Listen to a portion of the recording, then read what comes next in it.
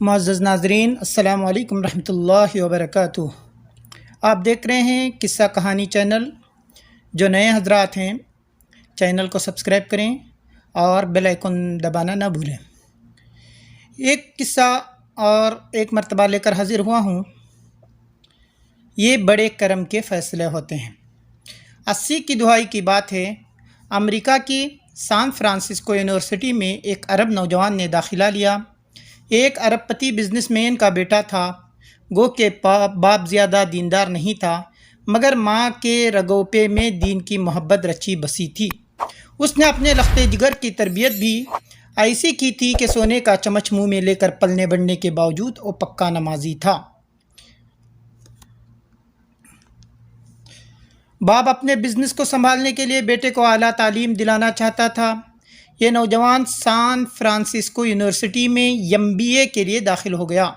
اس نے دیکھا boy friend girl friend کا کلچر ہے، نیم عریاں لڑکیاں ہیں، اور جو بھی مسلمان یہاں تعلیم حاصل کرنے کے لیے آتا ہے وہ مذہب کو بالائے طاق رکھ دیتا ہے، یہاں تک کہ نماز پڑھنا بھی چھوڑ دیتا ہے۔ عموماً ایسی ہی زندگی میں مشاہدے میں آتا ہے۔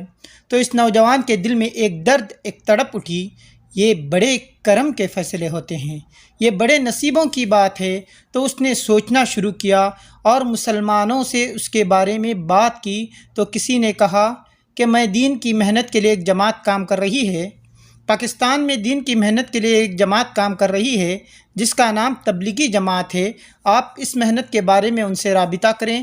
تو اس نے ایک خط رائیونڈ بھیج دیا۔ اس کا یہ خط شورا میں پیش کیا گیا۔ اس کو تبلیغی جماعت کی محنت کا طریقہ کار لکھ کر جوابی خط روانہ کیا گیا۔ خط میں ابتدا نماز کے شروع کرنے کا کہا گیا۔ جب اس کو خط ملا تو اس کی حوصلہ افزائی ہوئی۔ پھر عرب تو عرب ہیں، تو اس نے سان فرانسسکو یونیورسٹی کے میدان میں کھڑے ہو کر اذان شروع کی۔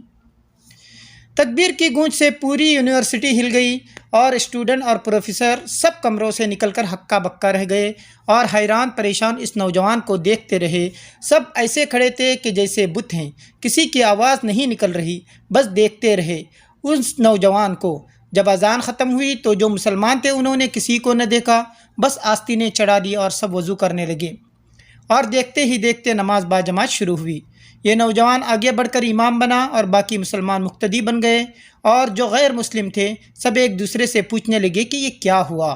جب مسلمان نماز سے فارغ ہوئے تو مسلمانوں نے اسلام کی تعلیم شروع کی، اور چند دنوں میں غیر مسلم اسلام کے بارے میں سوچنے پہ مجبور ہوئے۔ پھر سحروزے کی جماعت طلبہ کی نکلی۔ ایک گارڈن میں انہوں نے سحروزہ لگایا، کیونکہ وہاں کوئی مسجد نہ تھی۔ لوگ ان نوجوانوں کو دیکھتے تھے۔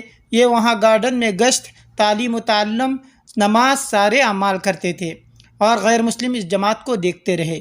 یہ جماعت رائیونڈ مرکز کی ہدایت کے مطابق کام کرتی رہی۔ یہ نوجوان گیا تو MBA کے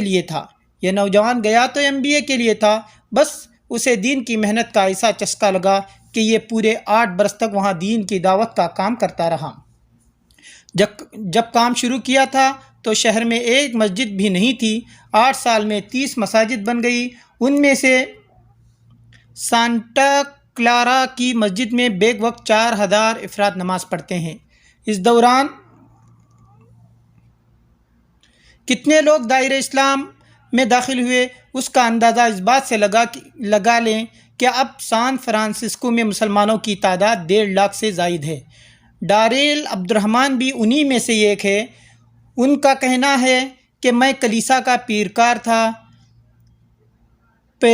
تھا، لیکن 45 برس کی عمر میں اللہ نے مجھے دولت اسلام سے نوازا، جس کا سردست مجھے یہ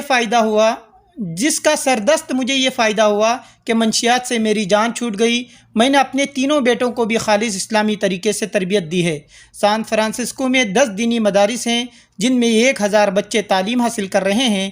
یہ صرف ایک نوجوان کی محنت تھی جو گیا تھا بزنس پڑھنے، اور حق تعالیٰ نے اس سے دین کا کام لیا کہ انسان سوچ بھی نہیں سکتا تھا۔